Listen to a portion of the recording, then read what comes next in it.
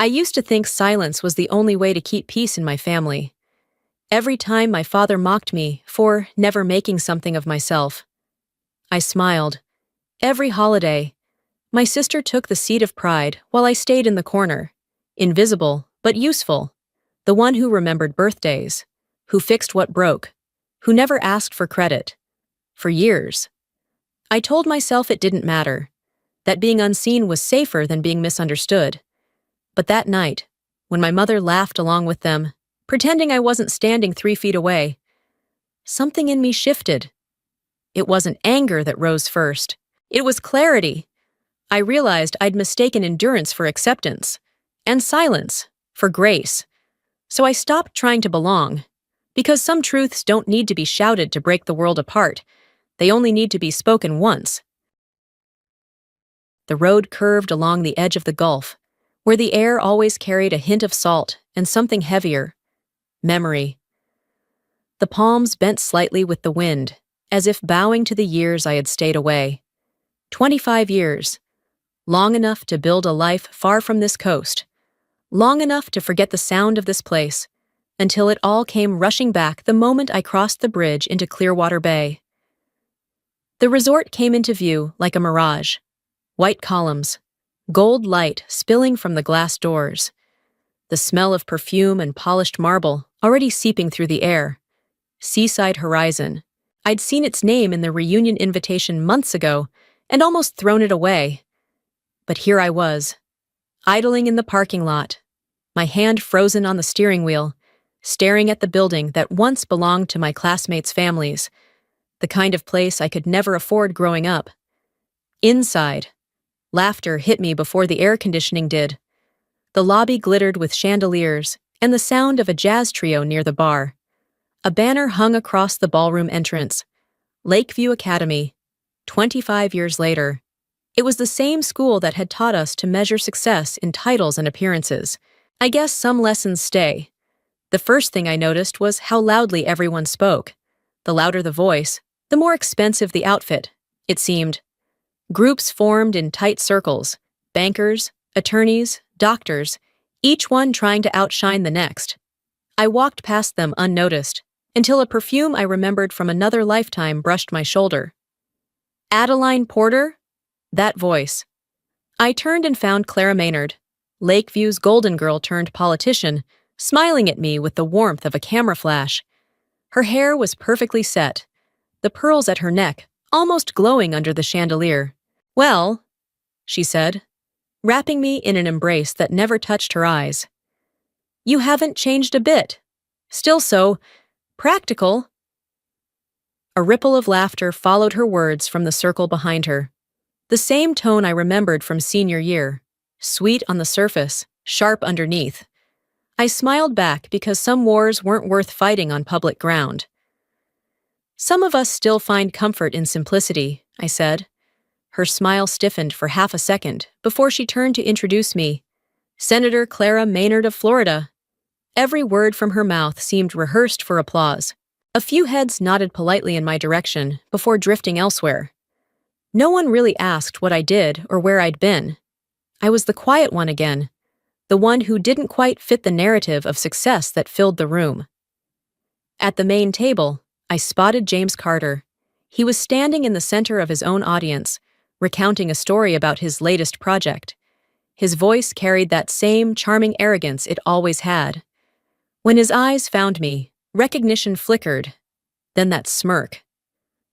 "Adeline Porter," he said loudly, as if testing the name. "She once swore she'd change the world. Guess the world's still waiting." Laughter rippled across the room again. Even Clara covered her mouth like it was the most delightful thing she'd ever heard. I lifted my glass toward him and smiled back. If there's one thing I've learned, it's that silence unsettles people more than anger ever could. I found a seat near the back of the room, at a small table meant for the unremarkable and forgotten. The music swelled, glasses clinked, and I sat quietly, watching the faces I once knew reflected in the golden light. They hadn't changed much, still proud, still certain, still convinced that success was measured by how many people were watching. My glass caught the light when I lifted it, and for a moment, I saw my own reflection, older, steadier, harder to read. I wasn't the same girl they remembered. Not even close. I took a sip. The wine tasted metallic, too sweet to be honest. Then, a vibration in my purse. One short buzz, too precise to be random. I froze. When I slid my hand inside, my fingers brushed against the familiar weight of a secure device. The small screen blinked once, green, then amber. My breath caught before I even looked. Sky Vault Command. Priority 1. For 17 years. I hadn't seen that phrase. I set the glass down carefully, as if any sound might draw eyes my way. Around me, the laughter blurred into noise. My pulse synced with the hum of the chandelier. Something in the air shifted. After all this time, after all the years I'd spent pretending to be ordinary, my world was reaching for me again. I closed my eyes, and for a heartbeat, I wasn't in that ballroom anymore.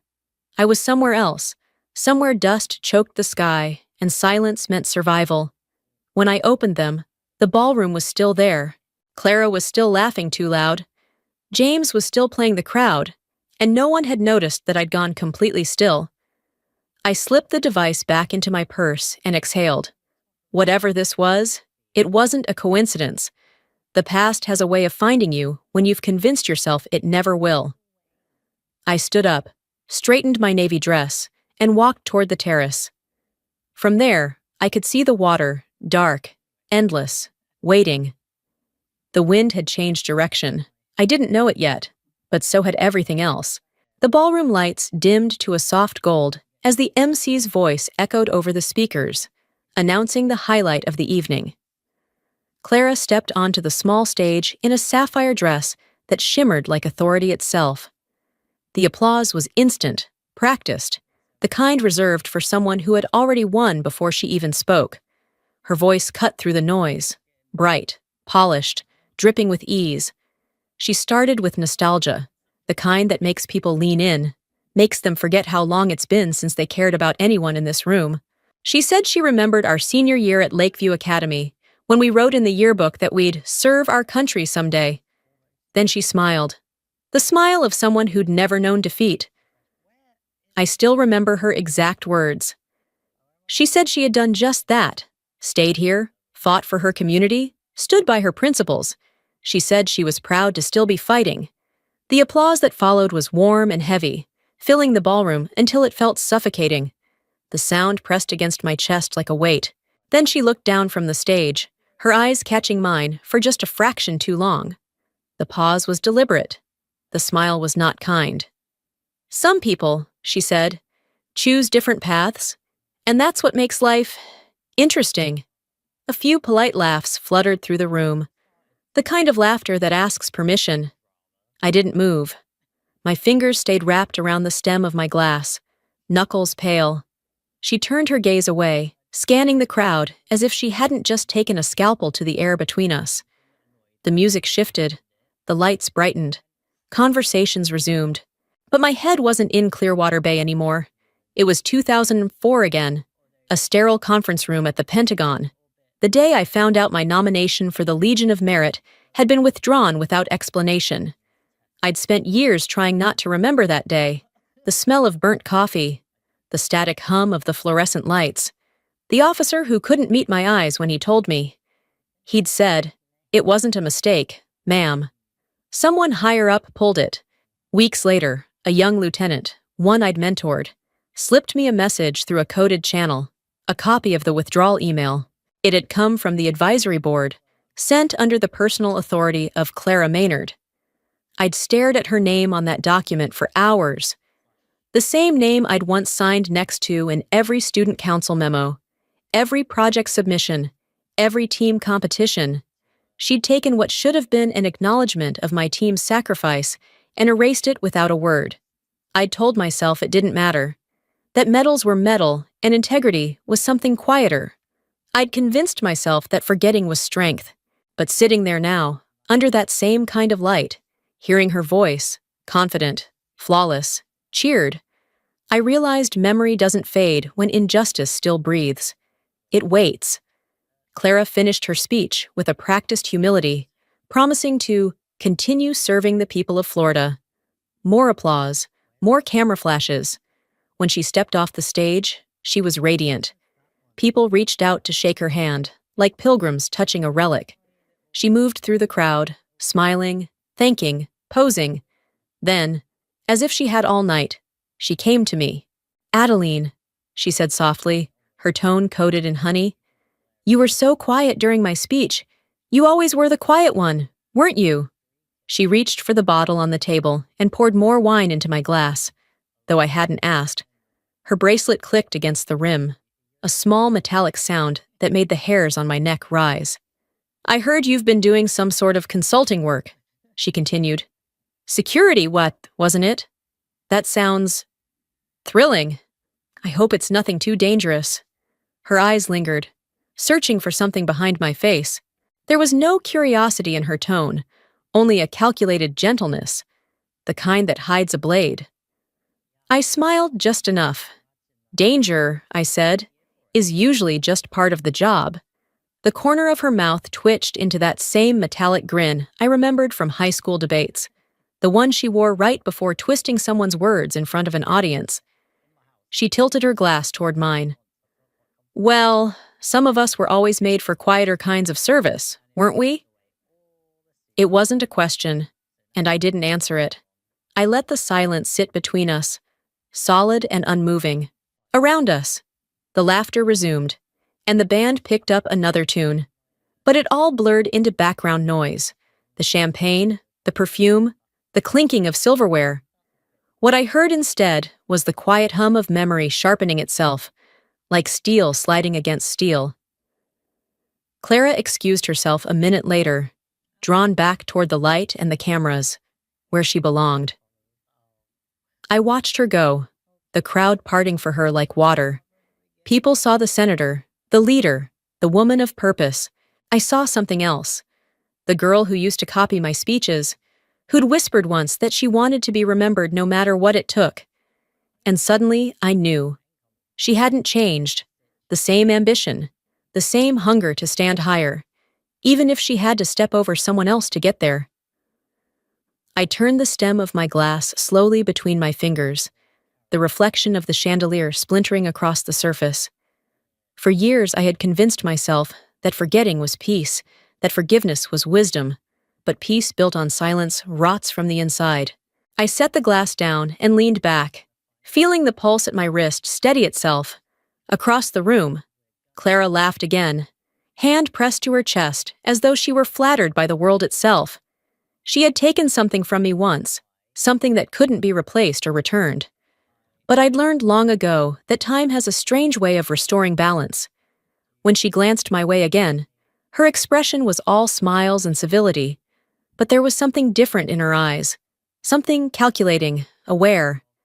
She knew I remembered. She just didn't know what that meant yet. The music rose, drowning everything else. I lifted my glass again, pretending to drink. And in that moment, for the first time in a long time, I felt the sharp, quiet certainty of an old truth returning. Some debts don't vanish with time. They wait for the right silence to break. The music inside had grown louder, a cascade of brass and laughter that no longer sounded human. I slipped through the open doors onto the terrace, grateful for the cold air. The sea stretched endlessly ahead, black and still, swallowing the moonlight in long silver ripples. For a moment, I just stood there, letting the salt wind sting my eyes. Then came the voice I'd hoped to avoid.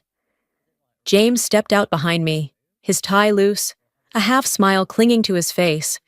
He held his drink like it was part of him, something to hide behind, something to lean on. Still the same, I thought. Still the kind of man who couldn't stand silence unless it belonged to him. He stopped beside me, shoulder to shoulder, close enough to smell the bourbon on his breath. "So," he said, "you're still working for the government? I heard you're teaching tactics for the reserves now or something." I watched the horizon instead of him, the way the dark met the darker line of the sea. My reflection flickered in the glass door, a ghost caught between two worlds.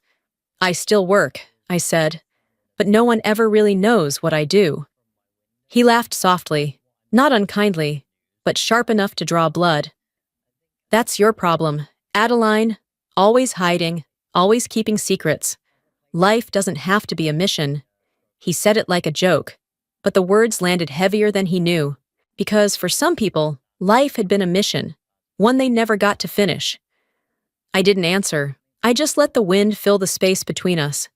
He shifted, waiting for something I wouldn't give. When he finally went back inside, I exhaled slowly, the way I used to after long deployments, steady, measured, waiting for my heart to remember how to beat at a normal pace. The terrace fell quiet again, only the waves below, breaking softly against the rocks, and somewhere far off, a buoy light flickering red.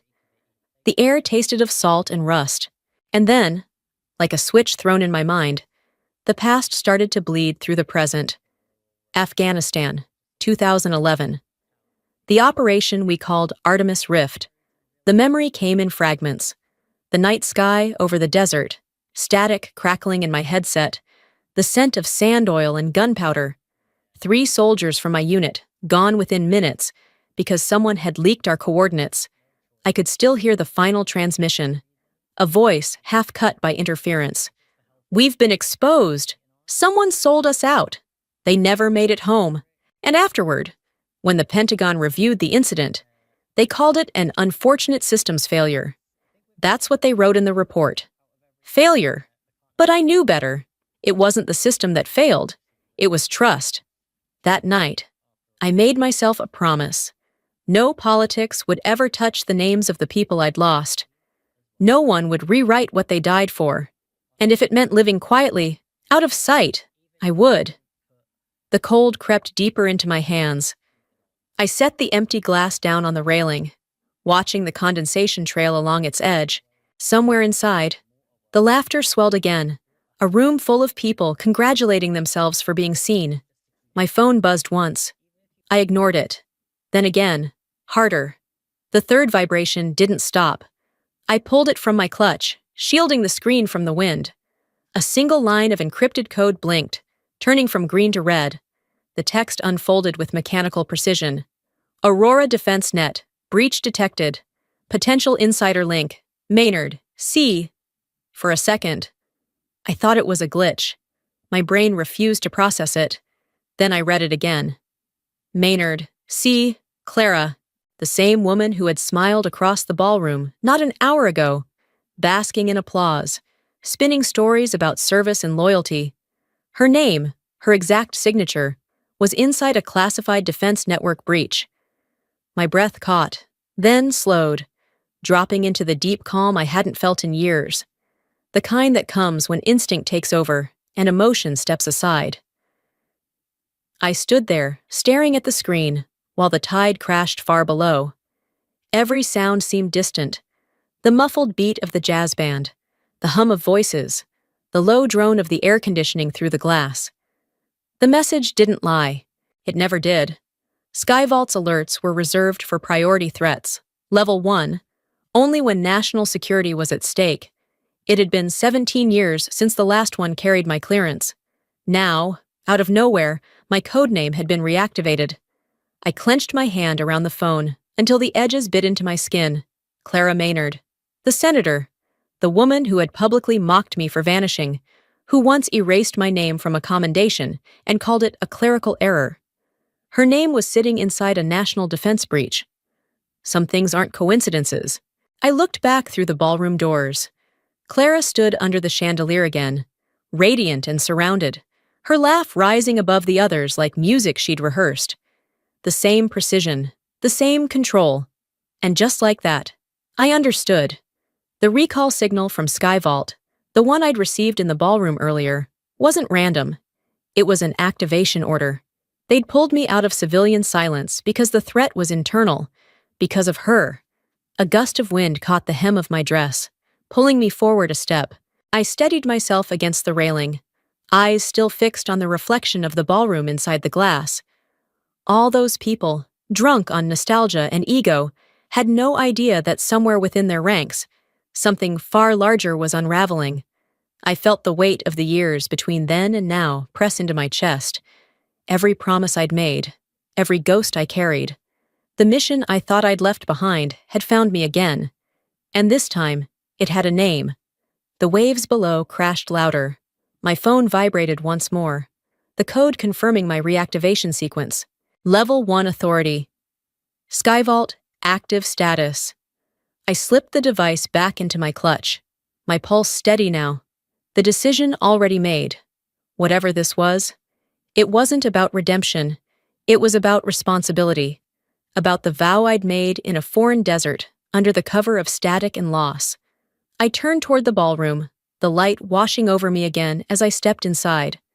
The laughter met me like a wall, bright and oblivious.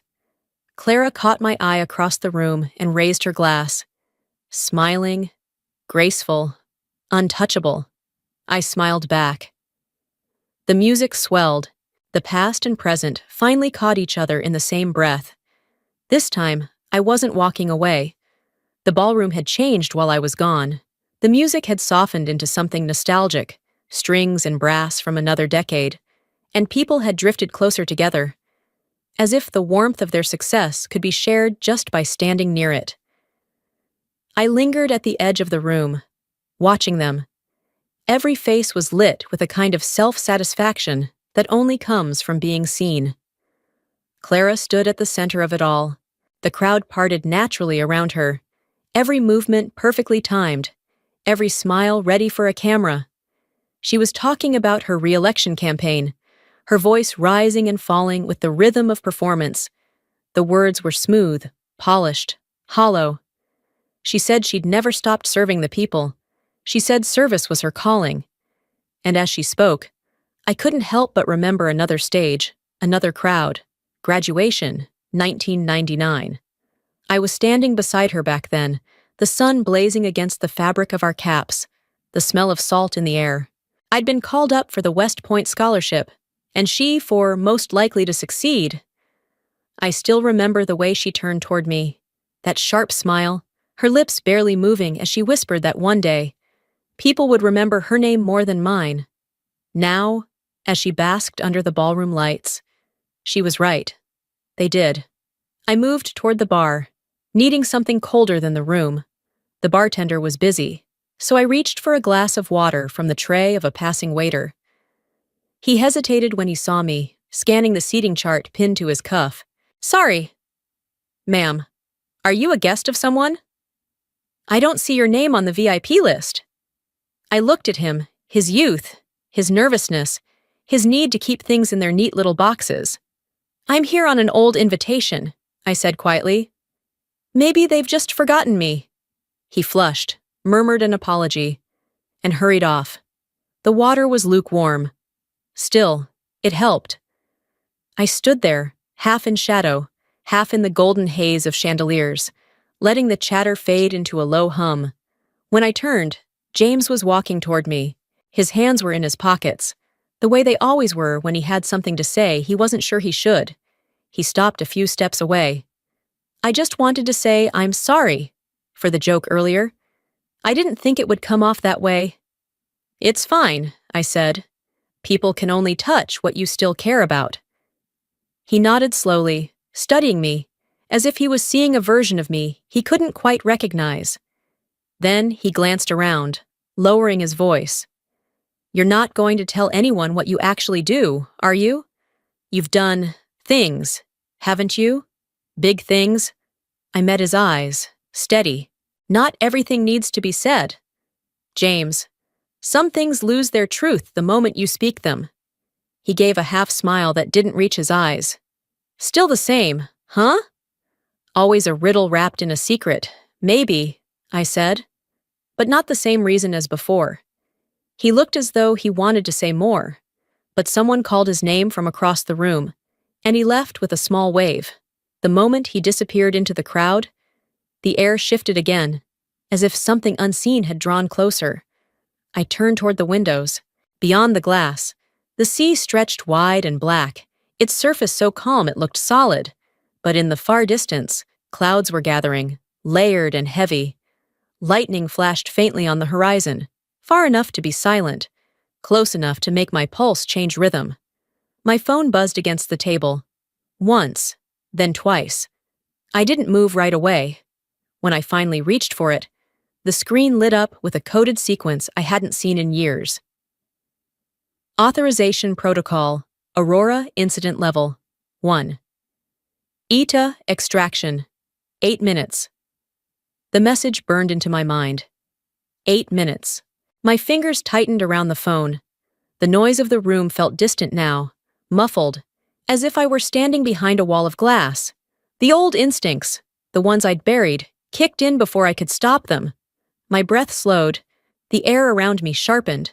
Extraction meant a team was already inbound. Level 1 meant classified breach, national scale. I looked out through the window again. The clouds over the water were closer now, rolling faster, edges flashing with silver. I could almost hear the low hum of approaching wind. Though maybe it was just in my chest, the irony wasn't lost on me. Standing in a room full of people obsessed with recognition, while the world I'd lived in for decades operated on being unseen. Inside, the laughter swelled again. Clara's voice carried above it, full of confidence, rehearsed and radiant. She was telling a story about a bill she'd passed, about fighting for what mattered, about integrity. Every syllable felt like a dare. I set my glass down, feeling the condensation slip across my fingertips. My heart had already decided what came next, even before my mind caught up. Outside, thunder cracked somewhere beyond the shore. Inside, the chandeliers flickered just slightly, enough for a few people to glance up. I slipped my phone back into my bag and straightened the hem of my dress. The message was clear. I was being called in, and whatever storm was coming wasn't just in the sky. As I started toward the exit, James turned from across the room. His eyes met mine, questioning, uncertain. I held his gaze for a breath longer than I should have, long enough for him to know I wasn't just leaving a party. The music rose again, drowning the sound of the sea outside. I stepped into the corridor, my heels clicking against the marble floor, steady and deliberate. Somewhere above the waves, a low mechanical hum began to build, barely audible yet distinct, slicing through the night air. The kind of sound that most people would mistake for wind. I knew better. The countdown had already started. The air in the ballroom shifted before anyone noticed it. The kind of shift that doesn't come from temperature or sound, but from pressure. Something unseen pushing against the walls, waiting to break through. I felt it first, like the faint tightening of gravity before a storm. The curtains near the main doors stirred. A gust of wind slipped through the small cracks, cold enough to cut through perfume and laughter. The chandeliers swayed almost imperceptibly. Someone laughed too loudly, trying to drown the discomfort. Clara was on stage again, mic in hand, her voice lilting above the noise. She announced that it was time for the class photo, her words drenched in charm. Then, with that same performative ease she'd mastered years ago, she raised her glass high. "Let's toast," she said, "to those who kept their promise to serve, even if only in memory." The laughter that followed was bright and ugly. I set my drink down slowly. The condensation left a ring on the white linen, perfect and still. I stood up, smoothing the hem of my navy dress. The air grew heavier, as if the building itself had started to hold its breath. Another gust slammed through the open doors. The curtains blew inward like startled birds. A murmur rippled through the room. Glasses trembled. And then, that sound. Low at first, a deep mechanical pulse, distant but unmistakable. The kind of sound that lived beneath the earth, the kind that made your bones remember something before your brain did. Someone near the window frowned. Another person turned toward the beachside lawn. Then a shout. "A helicopter! There's a helicopter!"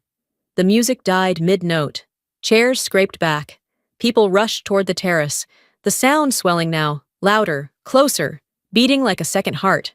The first blast of air hit as the rotor wash rolled across the lawn, scattering napkins, leaves, sand. The chandeliers rattled. Someone screamed when a tablecloth caught the wind and tore free. A woman's champagne glass slipped from her hand, shattering at her feet. Outside, the searchlight cut through the night. The beams swept over sequined gowns and startled faces, over hands shielding eyes and hair whipping across cheeks. I already knew who they were there for. The side door of the helicopter slid open. The sound of the rotors beat like thunder against the sea. Out of the glare stepped a figure in a dark flight suit, insignia gleaming at the shoulders. Even from this distance, I recognized the steady way he walked, unbothered by the chaos. Colonel Marcus Hale. He moved through the wind as if he commanded it. When he reached the edge of the crowd, he raised his hand to his headset. His voice, amplified through a portable comm speaker, boomed clear and formal. "Lieutenant General Adeline Porter, ma'am. The Pentagon requests your immediate presence." The words sliced through the air like a blade. Every sound vanished. Every face turned toward me. For a moment, time fractured. The laughter, the music, the years I had spent pretending to be ordinary, all shattering in one breath.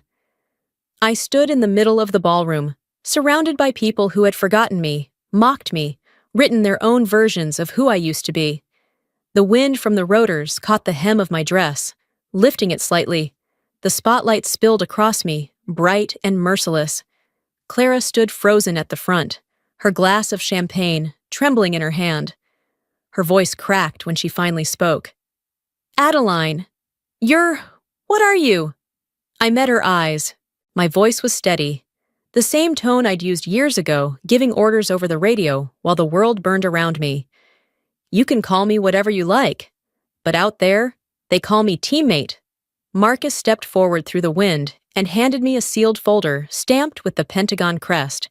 His expression was as unreadable as ever, but his voice carried an edge of urgency. "Aurora breach confirmed. Data link traced to a member of the Senate Defense Committee." I nodded once. The message clear? No surprise? No shock? Just confirmation. "Tell command I'll report in 15 minutes.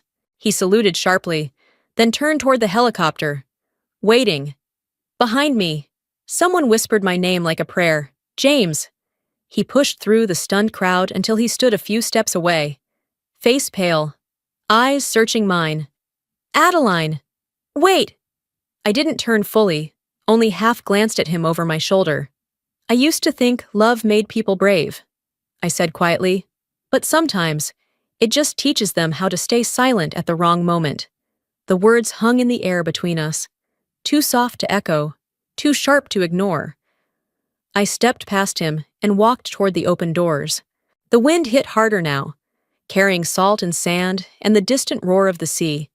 My hair whipped across my face, the sound of the rotors growing deafening. As I reached the edge of the terrace, I caught one last glimpse of the ballroom, of Clara, standing rigid, her white dress splattered with spilled champagne that looked too much like blood under the strobe of the searchlight. Her hand trembled, her mask finally slipping. I climbed into the helicopter, gripping the metal rail as the engines surged. Marcus closed the door behind me, the cabin filled with vibration, the smell of jet fuel thick and familiar. Through the glass, I saw the crowd shrinking, the ballroom fading into a blur of gold and chaos. Clara was still standing there, unmoving, her glass shattered at her feet. As we lifted off, the noise below dissolved into a hum, swallowed by the sea wind. The city lights stretched beneath us, scattered like embers. I felt the vibration through the soles of my shoes, the steady rhythm of a machine that only knew one direction: forward. For the first time in years, my chest felt light, not because I was being called back into duty, but because I no longer had to pretend. The lie had finally peeled away, leaving only what was real. I looked out the window at the horizon, where the storm clouds gathered, their edges glowing faintly in the night. Somewhere inside that storm was the truth waiting to be faced, and for the first time, I wasn't running from it. The helicopter climbed higher, slicing through the dark. Below us, Clearwater Bay was nothing but fractured light and memory. By the time I crossed the Florida border, the world had already decided who I was. My phone pulsed nonstop, messages, notifications, calls from numbers I didn't recognize. The moment I connected to the base network in Tampa, the secure line lit up like a warning flare. Someone had uploaded the footage, the helicopter landing, the searchlight cutting through the night, me standing in the center of it, hair whipped by the wind, eyes forward. They gave it a name, the Silent General. Within hours, it was everywhere. News anchors replayed the clip in slow motion, analyzing every frame as though it were a state secret. Commentators called it symbolic. Critics called it staged. Social media called it war. At 3 a.m., I sat in my quarters, the only light coming from the screen in front of me. The hum of the servers in the adjoining control room was steady and low, like a mechanical heartbeat. On one side of the feed, she's an American hero. On the other, no one's heard of her before. What is she hiding? Between them, 100 versions of me, each twisted, dissected, remade by strangers who wanted to believe in something or destroy it. By morning, I didn't need to check the news to know Clara had spoken. Her voice was everywhere. I turned on CNN anyway, knowing the ritual of confrontation couldn't be avoided forever. There she was, center frame, perfect lighting, the navy blue backdrop carefully chosen to echo the color of authority. Her hair was tied back in a way meant to suggest discipline. Her makeup, restraint. Adeline Porter was my classmate. She said, her tone heavy with empathy. I've always admired her courage, but sometimes people become so enamored with their own mythology that they lose sight of what's real. The public deserves truth, not hero worship. It wasn't what she said. It was how she said it. Soft, reasonable, impossible to refute without looking defensive. I stared at her face on the screen. The subtle tilt of her head when she said my name. The practiced sadness behind her eyes. I'd seen that performance before, back when she wanted something she didn't deserve.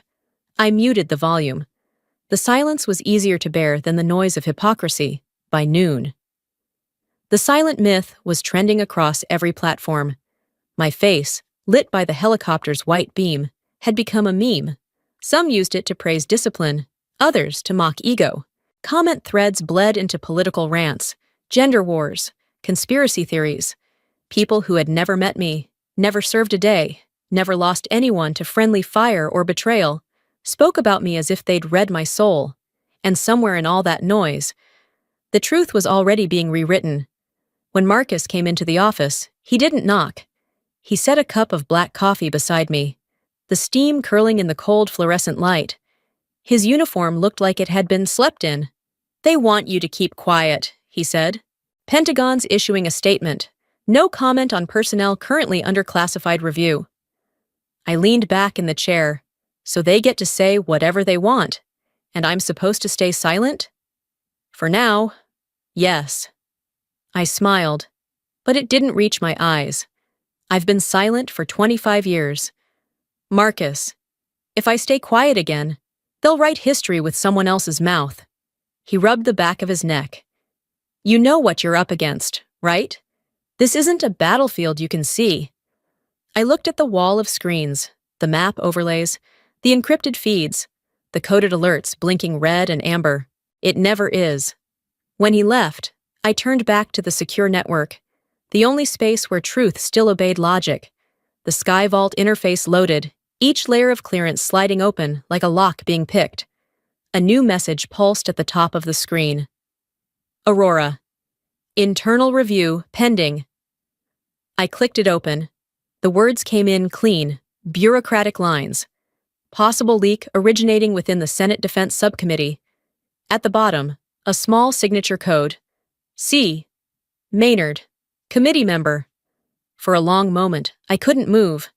The noise outside the office faded. The hum of the servers became distant. My reflection stared back at me from the screen. Expressionless, but my pulse had already found its rhythm. Slow, cold, certain. Clara's speech on television wasn't coincidence. It was preemption. She'd moved first, painted herself in the colors of virtue before the storm reached her. She knew something was coming, and now I knew why. Everything connected in a perfect, poisonous circle. The deleted citation years ago, the false humility at the reunion, the way she had smiled when she mentioned danger, as if she already knew what my world contained. And now her name was buried inside a classified breach. I exhaled through my teeth. The air in the room felt metallic.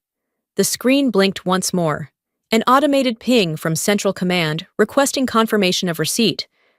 I entered my authentication code, then locked the terminal. For years, I'd believed that silence protected people, that staying in the shadows kept the system stable, the truth safe. But the system was never safe. It was built on the illusion that truth could survive without defenders. Outside, I heard the distant echo of aircraft moving across the base, routine, controlled. Nothing like the chaos of Clearwater Bay. Yet even in that steady sound, something restless stirred. Clara had started a war she didn't understand. Not of weapons, but of words. The kind that burned slower and cut deeper. And this time, I wasn't going to let her write the ending. I shut off the monitor. The room went dark, leaving only the faint glow of the city lights bleeding through the blinds. I leaned back, hands clasped, listening to the steady thrum of the machines around me, the same machines that had carried the whispers of every mission, every code, every life once trusted to the chain of command. Now, they carried her name, and mine. The world outside was screaming for explanations, but for the first time in years, I didn't feel like explaining. The truth didn't need permission to exist. It only needed someone willing to face the fire. 3 days later, I was summoned to Tampa Air Command. The air in the briefing room was cold and metallic, the kind of chill that seeps into your bones before you even sit down. The fluorescent lights hummed above, washing every face pale. The walls were bare except for a single flag and a digital screen flickering with the Aurora Systems network map. General Collins sat at the head of the table, his posture rigid, his tone clipped to efficiency.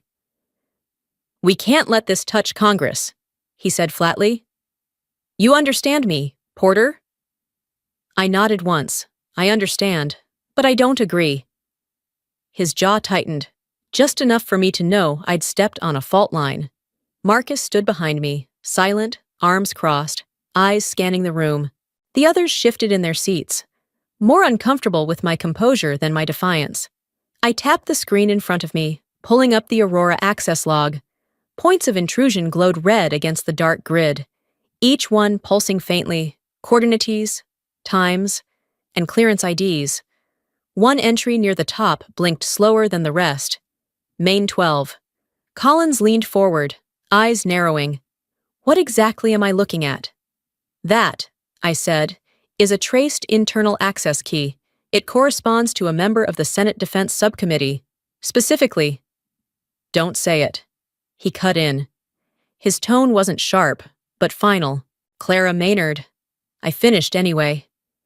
The room went still. The faint hum of the overhead lights filled the silence. "You don't have authorization to pursue a civilian of her rank," Collins said finally. "She's a sitting member of the Senate. You know what that means." "It means she has clearance," I said. "Not immunity." His gaze hardened. "This isn't your jurisdiction. Porter, you are a symbol, not a political instrument." The word symbol landed like an insult. I kept my tone steady. "With all due respect, sir, national security doesn't end where politics begins." His hand came down on the table, flat, loud, controlled fury disguised as discipline.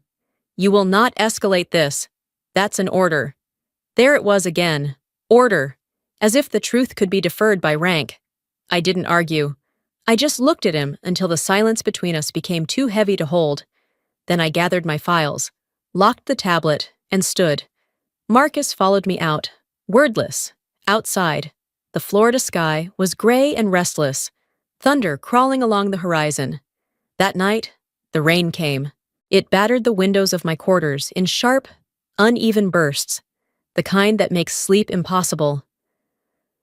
I sat at my desk, staring at the unopened files on my screen, listening to the rhythm of the storm. When the knock came, it was past midnight. Not loud, 3 short taps, deliberate. I opened the door to find no one there, only a padded envelope on the step, rainwater bleeding through the edges. My name was written in ink, no rank, no title, Just Adeline. Inside was a single flash drive, wrapped in plastic. A note was tucked beside it, the handwriting quick and slanted, from someone who still owes you a life. For a long moment, I didn't move. I just stared at the words, the ink blurring slightly where the rain had touched it. Then I slid the drive into my encrypted terminal. The screen flickered. A video file appeared, unmarked, time-stamped 2 days ago. The footage was grainy, shot from a hidden angle. I recognized the office immediately, the private conference room of the Senate Defense Subcommittee. Clara sat at the head of the table, her posture perfect, her voice calm.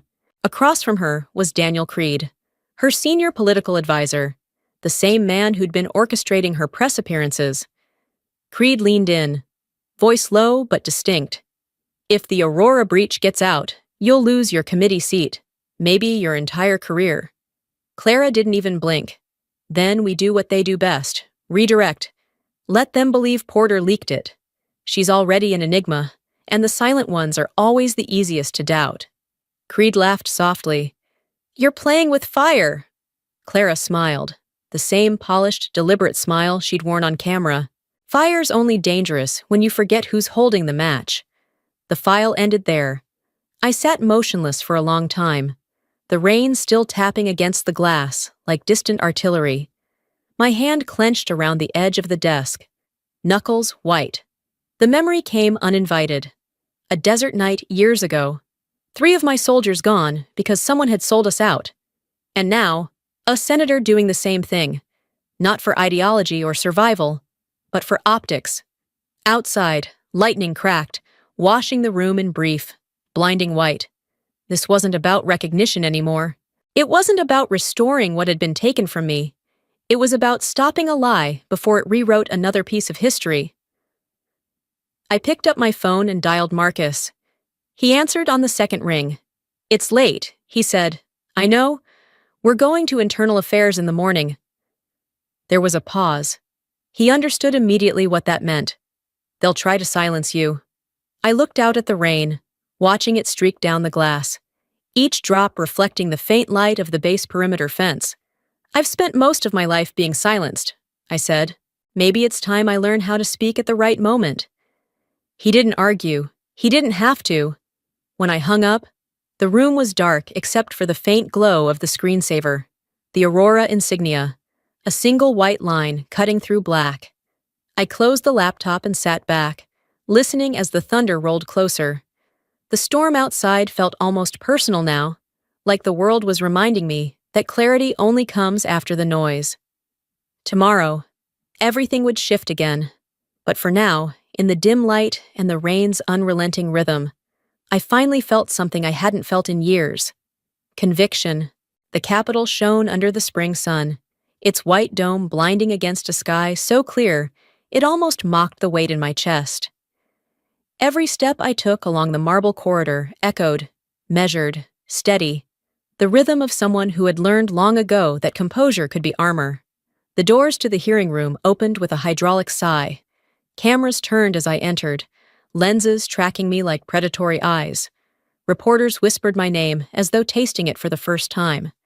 The Silent General. The title had followed me here like a shadow. I walked to the witness stand, my medals glinting under the lights.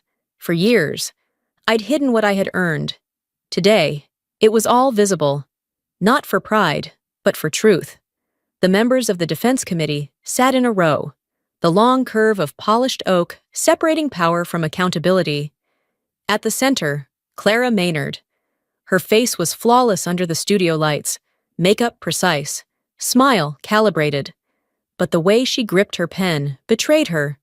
Even from across the room, I could see the white of her knuckles.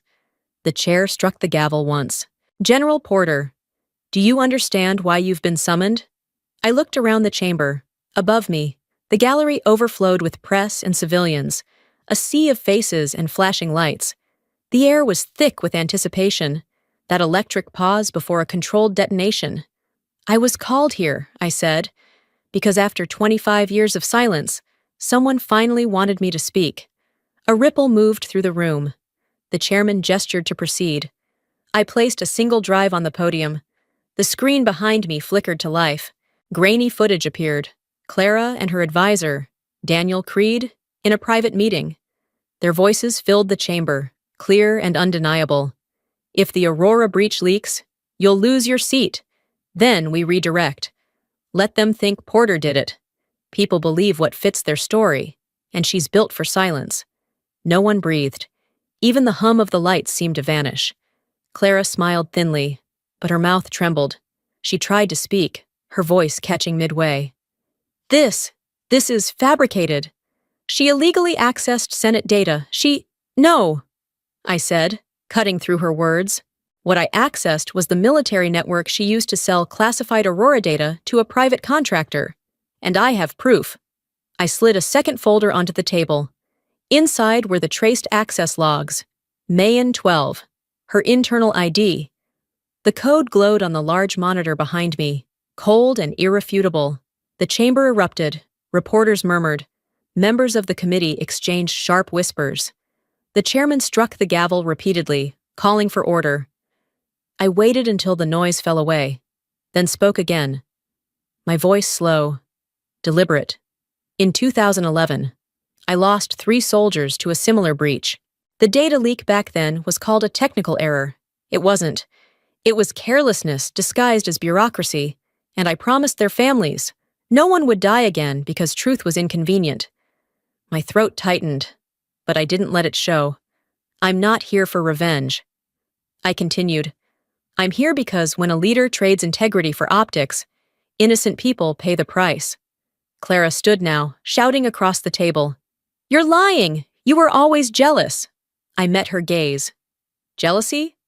No. Clara. Pity. Because you never understood that service doesn't require a camera, it just requires conviction. Her voice faltered. The cameras caught the moment. The glimmer of fury in her eyes replaced by something else. Fear.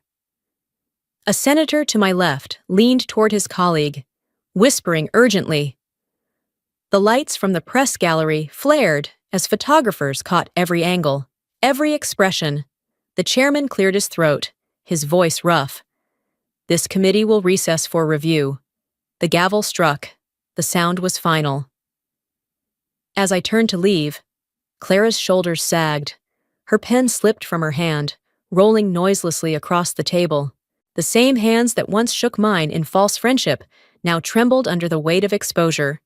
I walked down the aisle as the cameras clicked like gunfire. Outside, the light hit me full in the face, warm, unfiltered, unjudging. For the first time in years, sunlight didn't feel like scrutiny, it felt like freedom. A week after the hearing, the vote came down.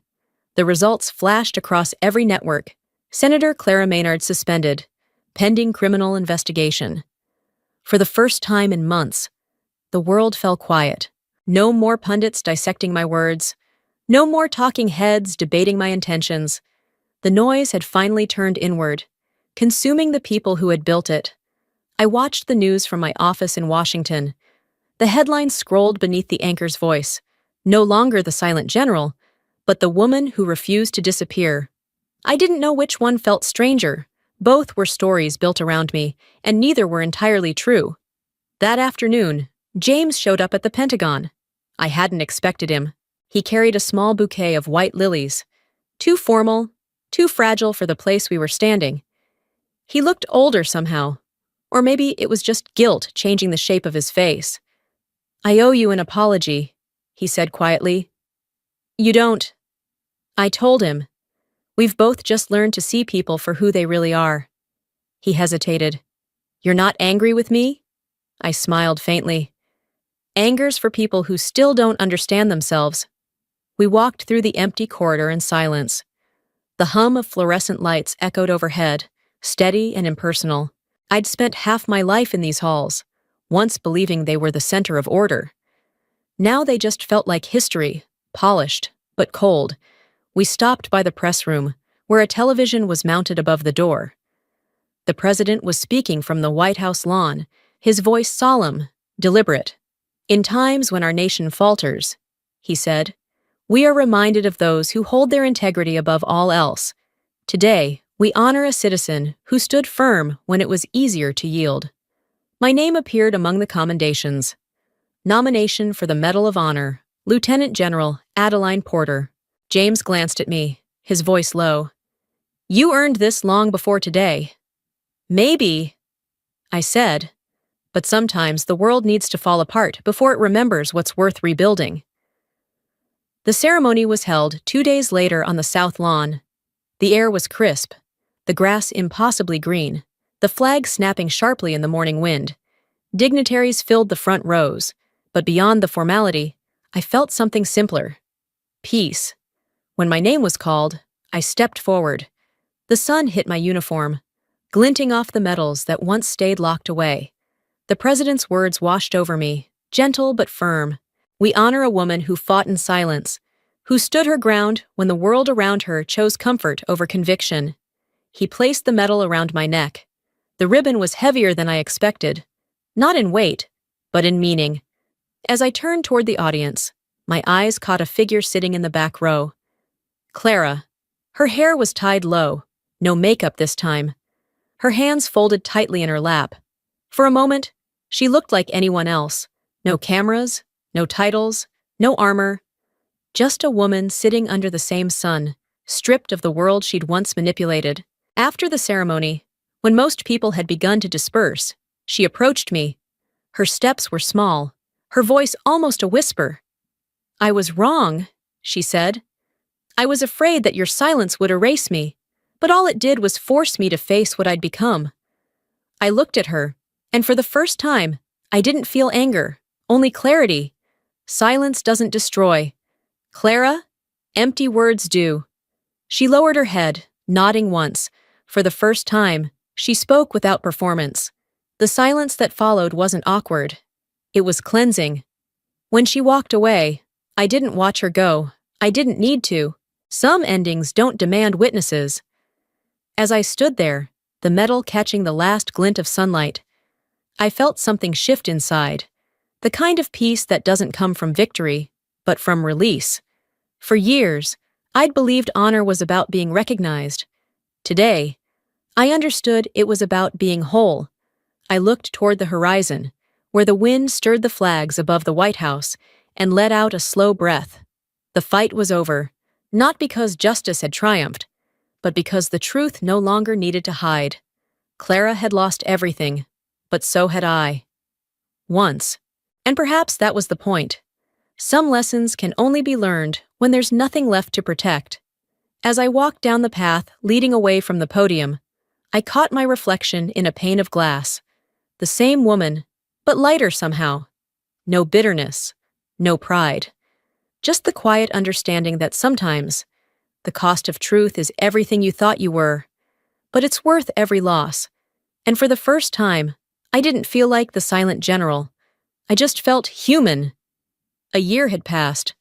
The air in Colorado was thinner than I remembered, crisp, clean, and quiet in a way that felt earned. From the window of the small lecture hall, I could see the peaks of Pikes Peak dusted with snow, shining under the morning sun. I wasn't General Porter anymore, just Professor Adeline. The cadets filled the room, 30 of them, sitting tall in their uniforms, eyes clear, untested. The class was called Leadership in Crisis. Fitting, I thought. The kind of lesson no one truly understands until they've lived it. Halfway through the lecture, a young woman with copper-red hair raised her hand. Her voice carried the careful respect of someone afraid to sound naive. Ma'am, what's the hardest mission you've ever had? I smiled. Not at her question, but at its simplicity. Coming home, I said. The room fell silent.